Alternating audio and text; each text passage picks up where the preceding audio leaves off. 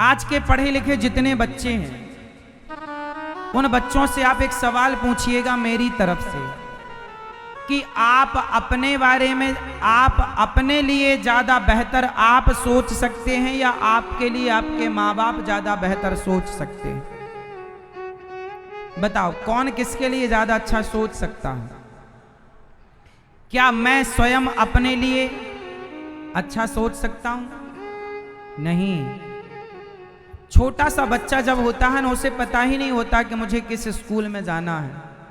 अच्छे से अच्छे स्कूल में भेजने का निर्णय माँ बाप का होता है। सुनना कि माँ बाप का कितना बड़ा योगदान जीवन में होता है। छोटा सा बच्चा होता है, काखा गाघा नहीं जानता, ABCD नहीं जानता, तब माँ बाप ही उसे बेस्ट स्कूल में अपनी औकात, अपनी हैसियत के अनुसार अच्छे से अच्छे स्कूल में भेजकर उसे पढ़ाने लिखाने का पहला निर्णय लेते हैं। जब वो 10वीं 12वीं पूरा कर लेता है तो उसके बाद अच्छे से अच्छे कॉलेज में उसे पहुंचाने की जिम्मेदारी भी माँ बाप की होती है। बेटा तू बता तुझे कौन सा कॉलेज पसंद है, और फिर हम व्यवस्था करते हैं। पैसे कम पड़ेंगे तो कर्जा ले लेंगे, कम पड़ेंगे तो एक्स्ट्रा काम कर लेंगे, कम पैसे पड़ेंगे तो दोनों पति पत्नी दोनों जन काम कर लेंगे, पर तेरी पसंद का कॉलेज, तेरी पसंद की शिक्षा तुझे दिलाएंगे। माँ बाप ने पसंदीदा कॉलेज में दाखिला करवाया और बच्चा पढ़ लिख करके जब टॉपर बन गया और बढ़िया डिग्री हो गई, बढ़िया नौकरी हो गई, तो माँ बाप को लगा कि ये बच्चा बड़ा हो गया है, चलो उसके लिए लड़की ढूंढते हैं। लेकिन बच्चा रहेगा क्या, कहाँ? तो माँ बाप की प्लानिंग देखिए, उनके पास जमीन जायदाद भले ना हो, पर जो घर है उस घर में ही एक छोटा सा कमरा ऊपर बनवा लेते हैं छत पर, कि हम अपने बच्चों को, बहू आएगी तो बेटा और बहू उस कमरे में रहेंगे। उस कमरे को कितना अच्छा डेकोरेट कर लेते हैं माँ बाप के, ये बेटा और बहू का रूम है, उसे बढ़िया व्यवस्था, कोई असुविधा ना हो बहू को, बेटे को। माँ बाप अपने बच्चों के लिए घर बनाते हैं, पढ़ाते हैं।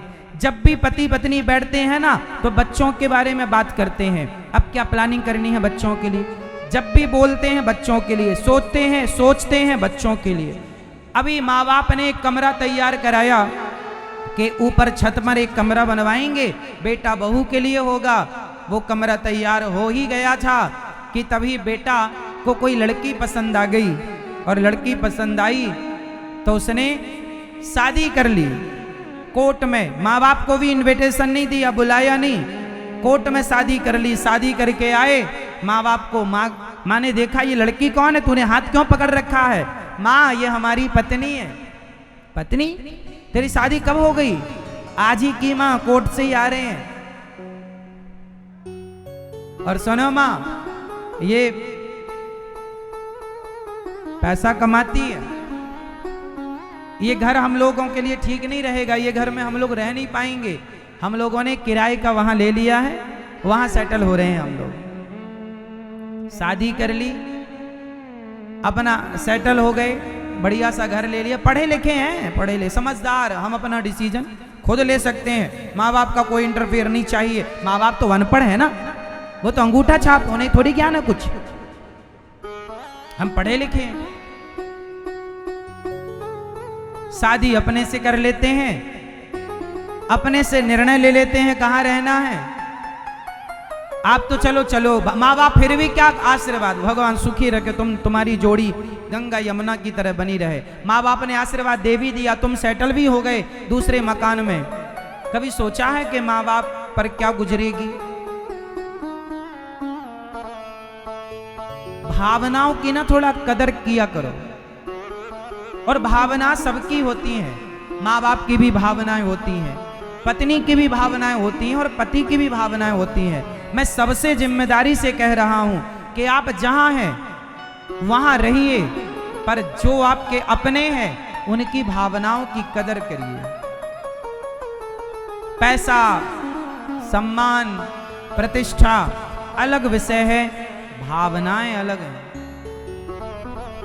इसलिए भावनाओं की कद्र करिए, अपने माता पिता की उस भावनाओं का, उनके त्याग का, उनके बलिदान का, उनके समर्पण का, उनकी ममता का गला ना घोंटिए। आजकल के बच्चे अपने माँ बाप को छोड़कर चले जाते हैं। गौरी गोपाल वृद्धाश्रम है, 265 माताएं हैं। इस मेरठ क्षेत्र की भी कुछ माताएं हैं आश्रम में। कौन सी माताएं हैं? वो जिनके बेटों ने घर से निकाल दिया।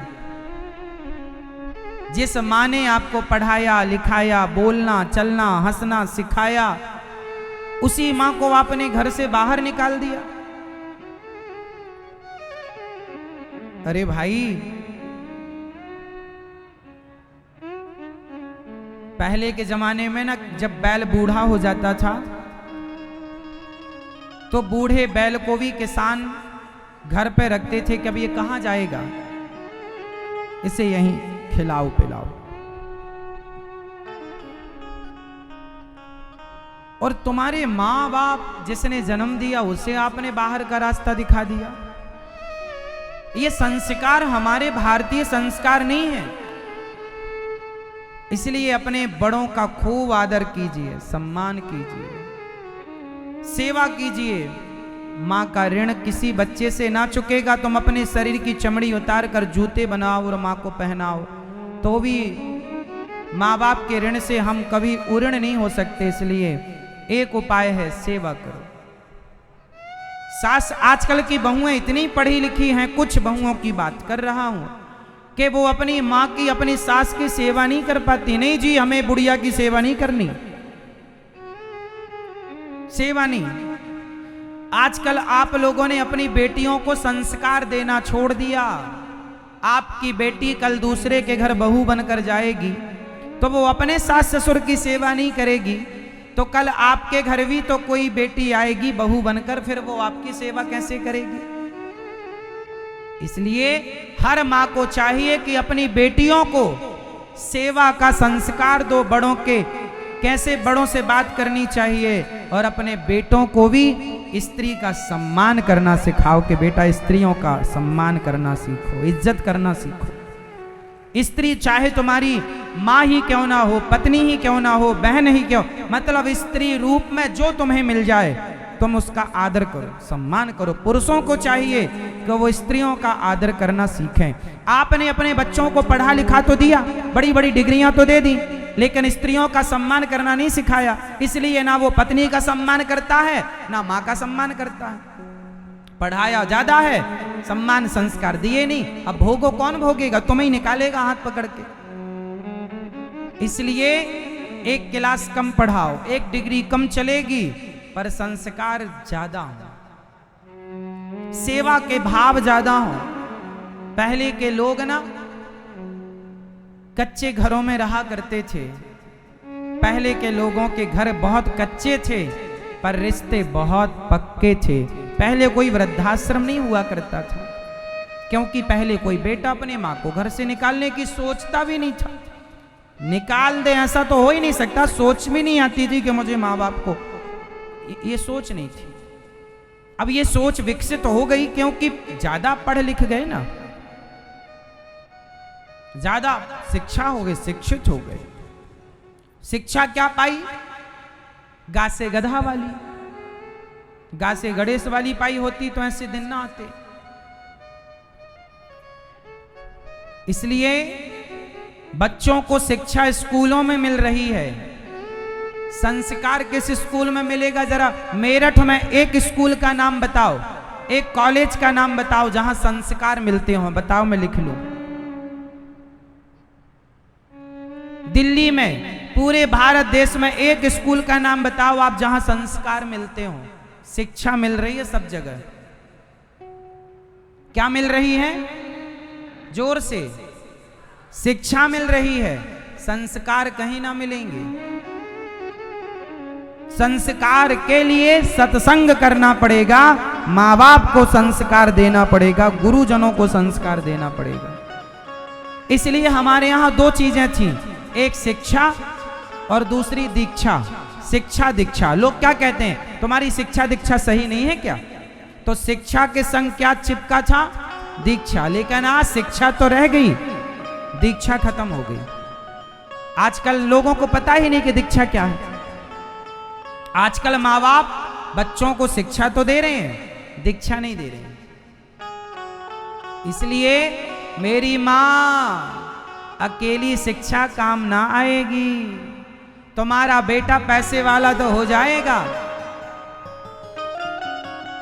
पैसे कमाना तो लग जाएगा। पैसे के लिए आजकल तो लोग गर्दन भी काट रहे हैं। कितने लोग मर्डर भी, तुम किसी को 10 लाख रुपए दे दो और बता दो कि भाई इसको मारना है, तो 10 लाख रुपए में आदमी हत्या भी कर लेता है। सुपारी दे दो। तो आजकल पैसे से आदमी, अब बताओ, जो आदमी 10 लाख रुपए लेके किसी को मारता है, सुपारी लेता है, तो वो भी तो पैसा कमा रहा है। लेकिन किसी को मारकर, आप क्या चाहते हैं आपके बच्चे बड़े हो जाएं? आजकल क्या चल रहा है? बेईमानी कितनी है, भ्रष्टाचार कितना है। एक आपके मेरठ में सड़क बनती है, सड़क बनी, 1 साल के अंदर फिर खोद दी। अरे ये लाइन डालना भूल गए, वो लाइन डालना भूल गए।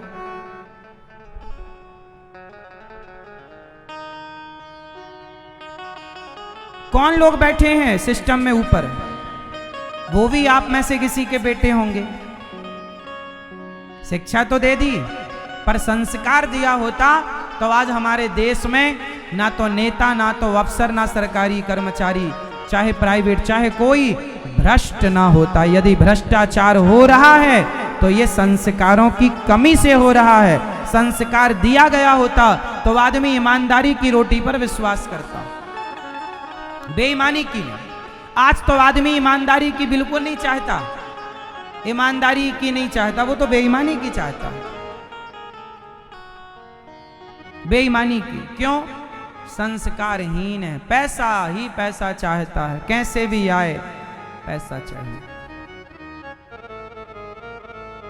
इसलिए मेरी माँ बच्चों को क्या देंगी? मेरी माँ संस्कार।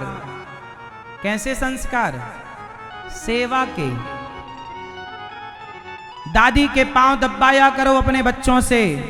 बेटों को कहो कि वो अपने माता पिता के चरण दबाएं, चरण सेवा करें।